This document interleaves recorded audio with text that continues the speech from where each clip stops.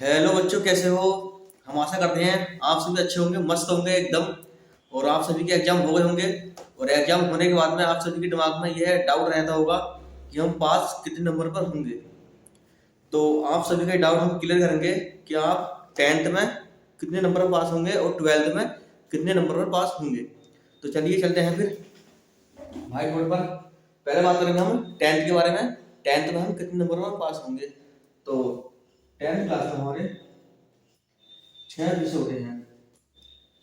6 विषय होते हैं और प्रत्येक विषय हमारा 100 नंबर का होता है पूर्णांक। 100 नंबर का पूर्णांक होता है। अब इसमें ये दो भागों में पड़ता है। हमें 30 नंबर मिलते हैं प्रैक्टिकल के और 70 नंबर का हमारा एग्जाम होता है। तो यहाँ पर बात हम केवल वही करेंगे कि हम कितने नंबर पर पास होंगे। पास होने के लिए मिनिमम कितने मार्क्स चाहिए हमें पास होने के लिए, तो हम बात वही करेंगे इसमें। देखिए, अगर हम 70 में से 23 नंबर ले आते हैं, इसलिए बात यहाँ उनकी हो रही है जो पास होने के लिए मुकाबले हो रहे हैं कि हम पास कितने नंबर पर होंगे। तो हम 70 में से अगर 23 नंबर ले आते हैं तो यहाँ पास होंगे। और बात करेंगे प्रैक्टिकल में, अगर प्रैक्टिकल में हमें 30 में से 10 नंबर मिल जाते हैं तो हम पास हो जाएंगे। और इन दोनों को मिलाकर नंबर होते हैं हमारे 33। 23 हमारे रिटन एग्जाम में मिलेंगे और 10 नंबर हमारे हो गए उसके प्रैक्टिकल के। तो 33 नंबर हमारे अगर हर विषय में आते हैं तो हम पास हो जाएंगे। तो इसका अर्थ है 100 में से हमारे 33 आ रहे हैं, मतलब 33% मार्क्स बनने हैं। और 10 में हमारा 600 का पूर्णांक होता है। अगर हर विषय में 33% आ रहे हैं तो हम पास होंगे। तो हम इस 600 का अगर 33% निकालने में तो हम पासिंग मार्क्स ले आएंगे। इसलिए हम पास होंगे उतने नंबर हम ले आएंगे इसमें। तो 600 का हम अगर 600 का हम 33% निकालने में तो ये निकल कर आएगा 198। अगर हम टेंथ में 198 नंबर ले आए हम पास होने के लिए 198, तो यहाँ पर हम पास हो जाएंगे। अगर इससे आप ज्यादा लाएंगे तो आप यहाँ पर हमारी बनेगी थर्ड डिवीजन। और 198 में अगर 200 प्लस नंबर हमारे तो बनेगी हमारी सेकंड। और हमारे अगर 60% नंबर है, मतलब 360 नंबर है हमारे, तो बनेगी हमारी फर्स्ट डिवीजन। ये तो होगा हमारी टेंथ की।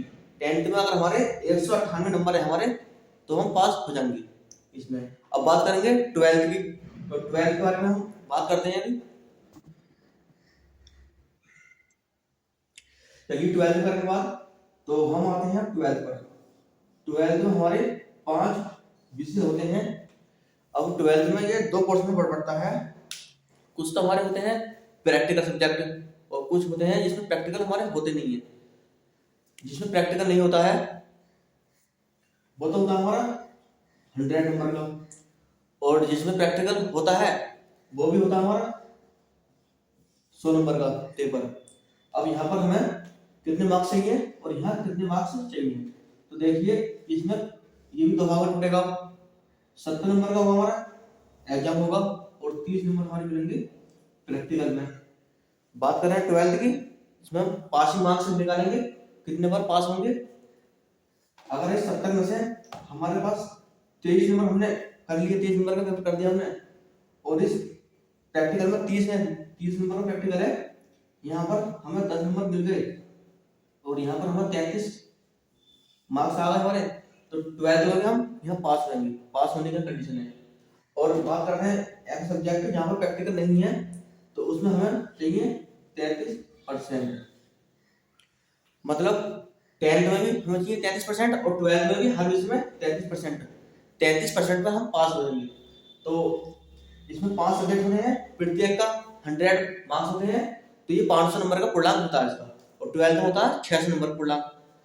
तो अगर हम 500 का 33% निकाल दें तो ये बनेगा 165 नंबर। आपको देख रहा होगा, थोड़ा ऊपर लिख दूंगा यहाँ पर 165 नंबर। 12th में अगर हमारे 165 नंबर बनने हैं तो हम पास हो जाएंगे। पास होने की कंडीशन पे है। अब बात करते हैं फेल कौन होगा। तो फेल वही होगा जिसके इनसे कम नंबर होंगे। और फेल होने की एक और कंडीशन है, अगर आपने ओमार भरते समय जो है विकल्प आते हैं क्वेश्चन करने के लिए, वहां पर ने ओमार गलत भर दी तो फेल होने की कंडीशन है। आपने अगर रोल नंबर गलत भरा है उसमें तो फेल होने की कंडीशन है। और आपका राइटिंग थोड़ा खराब है, मतलब कह सकते हैं उसे, तो आपकी फेल होने की कंडीशन है। क्योंकि ट्वेल्थ के और 10th के एग्जाम में राइटिंग का बहुत विशेष ध्यान रखना है। इसमें राइटिंग में नंबर मिलते हैं इसमें। ठीक, और मिलते हैं अगली वीडियो पर।